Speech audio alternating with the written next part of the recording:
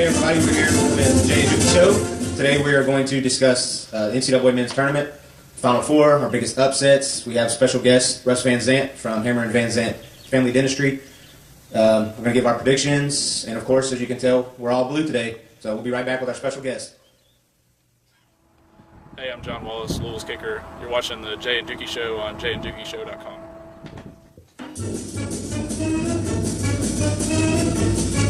All right, everybody, we're back with our special guest, Russ Van Zant. Welcome, Russ. Thank you. Thanks for having me. It's always fun to talk some sports. Sure it is. Beautiful day. And yeah, can't beat it. I'd rather be out there, but it's a better day than after last night's game, though. Oh my goodness. Yeah. Yes. All right, let's talk first about what was your biggest surprise so far, other than Kentucky? Because I know right now everybody in this room is like, hey, I mean, our hearts wanted to say, hey, I know Jay had him all the way. I'm not sure about you yet, but my heart wanted us to be there, but then my brain. Our next show, the NFL Draft Special, I have to wear a Tom Brady jersey because I lost. So yes. That's right. Yeah. Well, see, I had to wear Pittsburgh if I lost, so I make sure. Bengals fan. So, yeah. It's been a lot of prayer. I tell you, for me, it's easy to say, and we haven't done a whole lot of prep for this, so it's just kind of coming off the cuff here. But I, just like a lot of people, I had St. Joe's taking UConn down in the first round. Yeah. And if you remember that game, which seems like an eternity ago, but it was 3 weeks ago. Yeah. St. Joe's should have won that game. They had them. They were up 3 or 4 with under a minute left. Yeah. So, and I just don't think I can get past the fact that Louisville beat that team by a combined 60, 70 points. And stomped them. And so, as kind of as crazy it is for Kentucky to be right here, it's probably crazier that UConn sitting right here too. So that's mine. Yeah, exactly what she had. Exactly. Yeah. I also had St. Joe's. I can't really remember because it was all a blur this year. Of course, starting to show up, the website, all this and that. We had a lot going on. Jay put more thought into it than I did, but I can't remember who I had winning. I want to say it was Michigan State. Well, that's yeah. You were ESPN analyst and stuff. I didn't even know we were in Atlanta at the SEC tournament. I hadn't watched anything, and then I think we were on the way home, and I was talking to Jay, and I said something about Michigan State maybe, and he was like, "You're going with the analyst." I'm like, "You haven't watched ESPN since like Tuesday, because we got down there Wednesday." But certainly, I mean, Michigan State and Louisville was a lot of trendy picks. Not for mine. There's mine right there. Look at that. You got the national champion, University of Kentucky Wildcats. I don't know how to beat Florida, but Yeah. So, what would you want to see Kentucky Florida? Was that what you were planning? Or? Well, I'll tell you, I was kind of hoping at this point. I just thought 4 times in 1 year might be too much for Florida to especially as well as Kentucky had been playing. Yeah. And the ironic part about this is that, as magical of a run that Kentucky's on, I mean, UConn's on just as magical of a run. Who have they beaten? They've beaten St. Joe's, Villanova, Iowa State, which was people had like those Final 14 for like Michigan State, which was everybody's pick, and then Florida, everybody's other pick to beat. So their run has been amazing. Absolutely. Yeah, this is going to be a great final championship game because both these teams should not be in a 7 and an 8. Yeah, they should not be that. It's the highest combined seed ever, kind of by far. I think by 4 spots. So it's you know that the cable companies and CBS, they want Kentucky in there over Wisconsin. Oh, absolutely. So just. I had that discussion last night. It's like Wisconsin, UConn. Is that going to bring the flavor? No. Even Florida, Wisconsin. I mean, nobody's going to care about that. Well, Florida. I mean, I'm not knocking UConn's fans or following, but none of them, of course, compared to UK. But Florida came out. I was there at the SEC tournament championship game. Florida was. They weren't there the rest of the tournament. So they showed up Sunday. They were there. Really? Yeah, they were there. We outnumbered them still 3-1. Here's why I want this game to happen. I think it's a great game because of 11 in 2011. If we get our free throws, we're playing UConn in the championship game. Yeah. Or I'm sorry, no, we lost. We lost to UConn. Yeah. Playing our free throws. So this is a revenge game for us too. Yeah. It's too bad that we don't have too many players on our team that might remember. Yeah. Polson and they were still in Hood. high school, so Polson and Hood were freshmen on that team, but that's the scary part. Yeah. You got Boatwright and you got Napier, and those guys, they're just so good. I mean, Napier's carried in the whole tournament. And I just, the size, big guards haven't seemed to give them trouble yet. So I'm hoping we can buck the trend tomorrow. But we all know how that one little guard hurts Kentucky. Yes. Every game so far has had that one player where he's looked at Dominic Hawkins and say, get in there and shut him down. You see him just running around the floor. And that's one thing last night. Wisconsin, they were coming off the curls good. They knew when to pass. There were several times I would say, ooh, he would have passed to that guy, wide open bucket, but they didn't force it. I can't remember how many turnovers they ended up having. That's a good point. I think the key to it is you have to let Napier and Boatwright loose, get their points, and then you got to shut down Daniels. Yeah. We have to play. Because last night we didn't shot 8 3-pointers. Don't hit 2. We got outscored 18 points from 3-point range. Yeah. But Then our points points in in the paint paint was added up. almost double. Yeah. So that's what we need to play. And I think our big men, because the Curry's a load, he's going to get out there and he's going to bounce people. Yeah. See, I know I was nervous when, of course, like everybody, when Willie Cauley-Stein went down, but to have that size on the bench. But then you start thinking, hey, they put Randall down on the big man last night. Yeah, so that helped. Late down the stretch, that was the matchup. And then, I was hoping to see that. Yeah, then Poythress coming off the bench. Who's huge. If he, that monster. And Marcus Lee, I mean, you can Yeah. our 4 big guys right now, Yeah. I put them against anybody. They shut down Kaminsky. Yeah. He wasn't really getting his shots like he normally did. What did he, I remember at one point they said he had 4 points. And then He finished with 8. I told one of you before the game, he finishes with 8 points. You would have guaranteed me victory. Definitely. Yeah. Unfortunately, it was the other guys that kept him in it and 3-point range. Matter of fact, no-name guys, it's Dukin and Koenig, guys that were averaging like 3 and 2 points. I think they combined for 19 last night, and those are things. That's what makes it great. You can't predict stuff like that. Just like you couldn't predict Marcus Lee last Sunday against Michigan. Exactly. Yeah. Well, Coach Cal was all playing for that. Yeah. That's right. What do we know? What's said behind closed doors? What right now is your surprise win out of all these games? Who surprised you the most in what game? Are you talking about from the 2 remaining, or just the whole tournament? Just the whole tournament. If you can, off the top of your head. I think you got to say Mercer and Duke, although. It's always easy in retrospect. I mean, Mercer's a good team. Came out of the same conference as Florida Gulf Coast from last year. And guys, I mean, I know we love it as Kentucky fans, but Duke, they have first round upsets in their DNA. I mean, Lehigh 2 years ago, and they either get beat early or win it all. Well, Final Four at least. Well, Louisville took them down last year, and that was the Kevin Ware game, injury game. But I mean, I'm just that's off the top of my head. But I can't imagine that there were any much bigger upsets than that, right? No. Just sitting here. I mean, a lot of people said that the Dayton Ohio State, but they were looking at seeds. Yeah, that's right. Dayton was Dayton was better than. Or were they 11? I mean, well, I don't know. See, That's what's so hard about the Ohio State was. Everybody's all they're all over the Big Ten.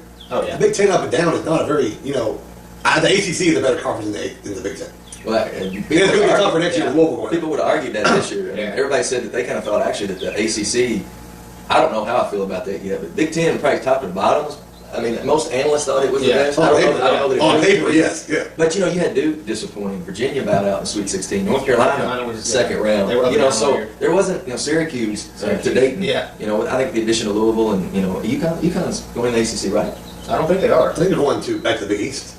Well, I think the Jesuits school. I remember hearing somebody say something about too bad Louisville won't see UConn again next year or something like that. I can't really remember. I should know that. We should know that. I guess. I guess maybe they are. I don't know. Are they going back to the conference with Providence and? They got football though. I hope not. Anyway, Big East Yeah. They need did a boost. Yeah. I know Maryland went to the Big Ten. Yeah. Everybody's moving around so much. And Rutgers, So anyway, back to the. Yeah. So let's see. Championship predictions, or what do you think about the games? Well, yesterday, when Florida gets up 16-4, I thought, this is going to be a 20-point. Yeah. UConn's finally met their maker, and Florida's going to roll into the championship game. But I tell you, UConn hit 2 or 3 threes in a row that kind of righted the ship a little bit. Daniels. I mean, that got him back in it. 20 and 10. Yeah, it's and the way that they're playing, it's eerily similar confidence-wise. I mean, Kevin Ollie has instilled in those guys confidence, just like Calipari has instilled in his guys, and it's fun to watch. But like you said, you're looking at this is the same team that Louisville blew out twice, 3 times. There you go, 3 times. Yeah. And so on paper, of course, we beat Louisville twice. It should be no contest. Yeah. I'm actually this game's terrifying. Oh, yeah. Well, as you know, we all know it's all about matchups. I mean, this is what basketball is, and that's why I have felt pretty good about these last several games. I tell you, I think I'm more worried about this one. I don't know if it's because of the stakes on Monday night. Obviously it's the last one, but like Napier and Boatwright, they've been there. Man, those guys are tough. Yeah. Daniels has got the length, and that Neil Gaffai has got length, and that Bremer inside, he's got length. Mm-hmm. I think they've got things to counteract what we have been taking advantage of against other teams. I mean, we've been burying people in the paint, just offensive rebound after offensive rebound. And I mean, do you guys think we're still going to be able to do that against UConn? Because We did it last yesterday. Yeah. We only had I think I read like 5 more rebounds than Wisconsin. But yeah, luckily Wisconsin, I think at halftime only had like 1 offensive rebound. We had like 6 maybe. Turnovers. But I don't know. Got Wisconsin in the second half. I saw a few minutes ago, they turned it over 8 times for the game. We turned it over 4 in 162 NCAA tournament games. In our history, it's the fewest turnovers in a game. That's 0 second half yesterday. That's amazing. That's what's going to matter now. I was surprised that there was one point in the game when I looked at my wife and I was like, have the Harrisons either one even shot a 3 yet? I remember Young hitting 1 early. Good one. And First then, possession. Yeah, and then it was like 1 for 3 maybe at halftime, and then you look at Wisconsin's and it was like 7 for 18. I'm like, live and die by the 3. I mean, I posted a comment on Facebook yesterday. Florida, live and die by the three because they were shooting the lights out all year long. And then, you know, I think Wilkie getting hurt, you know, or tweaking whatever he did yesterday, getting hurt, seemed to, you know, it kind of deflated. I agree. Florida because you know their body language. I have not seen that all year long. On paper, Wilkins, you know, and Shabazz should have been a great. Yeah, there was a key turnover there when UConn went on that run. Wilkins got stripped or dribbled the ball off his knee or something, and the guy picked it up and threw it, and Wilkins just turned around and dropped his head and was just jogging back. Easy layup, and I was like, SEC Player of the Year, national. Was he national? Defensive Player of the Year, something. Yeah. First or second. I mean, all these prestigious awards, and then Final Four game. So let me ask you. You know, you think about y'all might think, well, Napier and Boatwright are going to give our guards fits. But you got to think. I mean, Russ Smith and Chris Jones, those guys pressured the ball better than any team in the country. And Rozier, and we handled them twice. So even though I'm scared about the pressure, we've seen it, guys. I mean, you know, they have proven.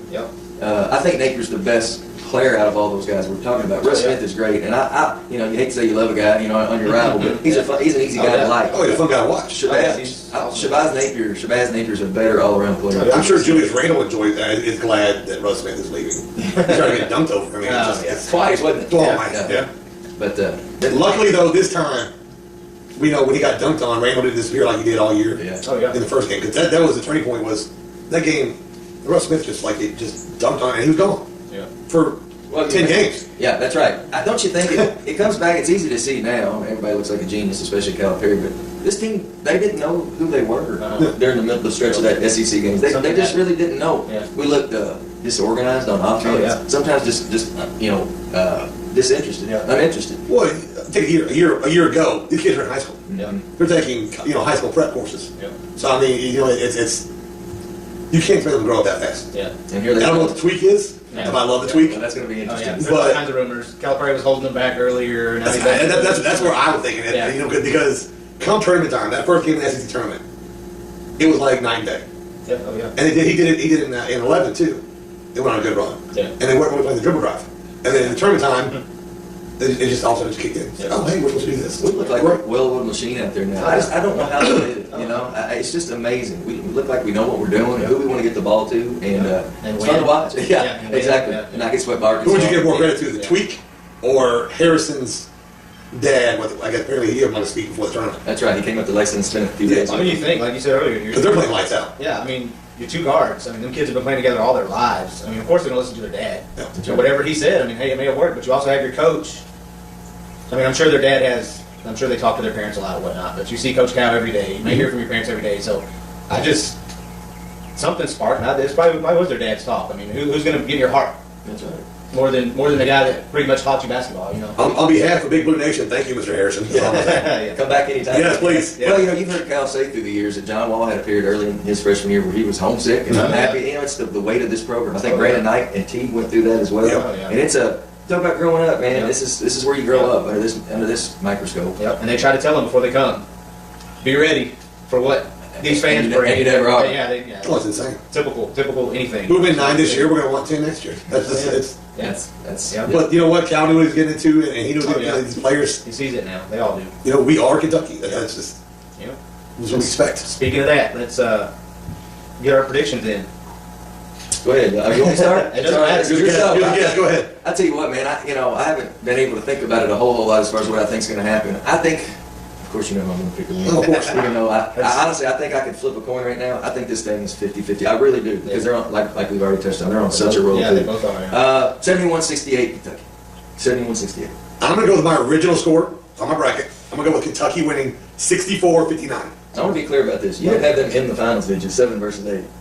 I had Kentucky there. But not UConn. No, I'm just checking. I'm not throwing you under the bus. No. I was going to be amazed if you had. He did have Kentucky winning it all, Yeah, I like that. We got proof on our page. 64-59. 64-59. You know what it is? I think you're probably right. This is going to be a slugfest. I think it's coming out of free throws. Yeah. That's and by the way, you seen what UConn shot in the tournament. Yep. Yeah. I think they're up in the 80 percentile. That's scary. Yeah. Well, what about you? I've been close so far in my predictions with the scores, except for the Louisville one. I think I had us beat Louisville by 7 or 8. I had 5. I think they won by 5. Yeah. I'm gonna say Kentucky, of course, and I'm gonna say, what did you say? I said 71-68. Okay, I'm gonna pick the same thing. I don't know if we're gonna. I'm gonna go higher. I'm gonna say 77-74. Oh, 3-point offensive explosion. I've been talking about this all year long. I've been watching on the Mothership's app about close games, who's favored to win, and all this and that. And was it last night's game? It may have been like pre-game, before the game. Vegas had Kentucky 1-point favorites or something like that. 1.5. Yeah. 1.5, and 1 point game. And then the game before, they were close, like a point off. I'm like, this is crazy. Yep. And I think as of the end of last night's game, when they knew who the champions were, Kentucky was favored by 2.5. 2.5. I want to say. Yep. So that line will move though by Monday. Well, yeah, and hopefully it moves up Kentucky's way. 6, 7 points. I want to see a big win. I'm getting tired of these. I love the I love the heart murmur. I can't. It's too much, isn't it? Yeah, it's the cardiac kittens. That's what I'm calling them now. Because they're going to give. They're going to give a fan out there. I mean, and not me. It's going to be somebody. We're going to have a heart attack in the next couple days. Yeah. Well, I've almost had one the last 2 weeks. So. Oh yeah. I will say I think I've got maybe a couple of years on you all, but I'm just sitting here trying to think back. To me, and I don't even think it's close. To me, this is the most exciting tournament run in my lifetime. That's absolutely. And it's not close, and we're not saying it's the best team we've seen. We're not saying at least it's 92. Right. That's right. Yeah. If that team had continued on, Yeah. because 2012 that was a business. That was a business meet. That was a business 98 trip. the same way. 98, 96 was a business trip. 98 was a little unexpected. Yeah, so that was more like this. 97 we should have won. 97. But here's the deal: we were a 2 seed in 98. Yep. We're an 8 seed. Yeah. I mean, this is unheralded. In for the us. toughest bracket. Everybody said since day one. Oh, absolutely. I mean, Toughest bracket. just look at who's in there. That's right. I mean, And here we beat the 9, the 1, the 2. And 9, the 1, the and then 4, the 2. The 2 in the West. I want to hear what y'all say. Obviously, all these games have literally come down to the last shot. But Yeah. I kind of feel this way. I think the best team we beat was our second game. I think Wichita State might have been about the best team. Oh, up and down. The other, I mean, they're an unbelievable team. That took everything we had Oh, yeah. in that game. But you always hear every year, the team needs to lose. They can't be undefeated. Florida was on a 30-game run. Yep. I mean, it's got to stop at one point. Of course, injuries have. I don't want to say the kids get tired because they shouldn't. But just the injury factor and then the travel. I couldn't imagine. No, I think we take that for granted. The travel, Just how much the travel is crazy. I mean, you hear pro athletes say it all the time. We played on the West Coast. Now we're back in the East with jet lag. I mean, I go on vacation. If I drive there, that first day I don't want to do anything. I know. Like, leave me alone. So Well, I think it's ironic. In our program's history, 96 and 2012 are kind of regarded, at least in the modern era, as our two best teams. Oh, yeah. Both of them lost in the conference tournament finals, Oh, and yeah. I think it was Yeah. good for them. Yeah. I'm glad. I was at that 96 game in the Superdome. Wow. Of course, everybody was bummed, but you drive away from there and say, you know what, that's probably going to get them refocused. Oh, yeah. And of course, they never look back, just like 2012. Yep. And I was there this year when. Oh, Swear up man. and down, I saw Billy Donovan with a water gun on the last play. I've been saying it, but Yeah. Harrison still should have drove that and took the free throws, but I mean, it was a good call. Come off the screen. If he would have just stopped and popped, that's what I say. Harrison twins, they start driving through the lane, they get open, they need to stop. You got the guy backpedaling, stop and pop it. I agree. Draw But foul. last night you saw they come off the curl or screen and be wide open and miss it. Well, Andrew, of course, luckily it didn't haunt us, but didn't you think that was an ill-advised 3 he took in the last 2 minutes? You remember it? Early in the Came shot down and, yeah. Andrew got the ball and About shot it 20 quick seconds, 3. Of course, yeah. that's when they got it back, and I Yeah. think that was a position we fouled him. Was that the one that went straight off the rim? Yes. Yeah. It's something he hadn't done all year, and I love guys having confidence, but that wasn't the... But if he would have hit it, Oh, well, exactly. Yeah, Exactly. Because when he shot it, of course, I was already on my feet. Yeah.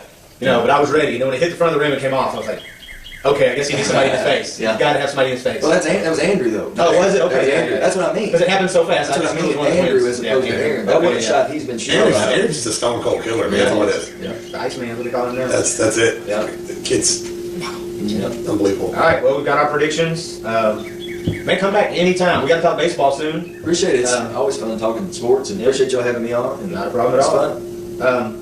We'll be taking a short break. We're going to come back and discuss the next show. My phone's blowing up, so we got to do a couple things. So we'll be right back. Our special guest, Russ Van Zandt, he will be back.